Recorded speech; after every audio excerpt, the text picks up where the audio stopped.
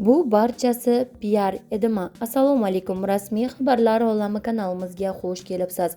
Abbosxo'ja va Kokosh temasining eng hech kim kutmagan dolzarb xabarlardan biri. Fotosuratda ko'rib turgan bo'lsangiz, Abbosxo'ja, Nihola va Kokoshning operatsiyasida qatnashgan shifokor ular bilan birgalikda xursandlikda suratga tushib o'tiribdi. Barchasiga oydinlik kiritish vaqti keldi deb o'ylaymiz.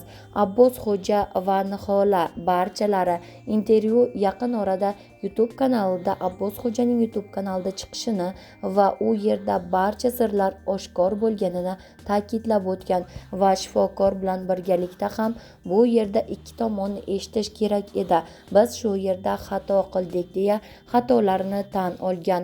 Abbosxo'ja Akramov esa Niholadan kechirim so'raydi va uning turmush o'rtog'idan ham kechirim so'raydi. Bo'lib o'tgan voqea barchasiga biz oydinlik kiritgan holatda bu yerda asl aybdor kim ekanligini aniqladik.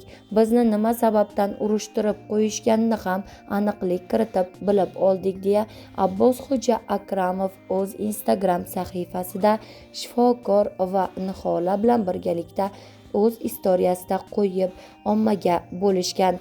Biz Kokoshning ahvoli tezroq tuzalib ketishini tilab qolamiz. Keyingi videoroliklarimizni kuzatishda davom eting. Xayr, salomat bo'ling.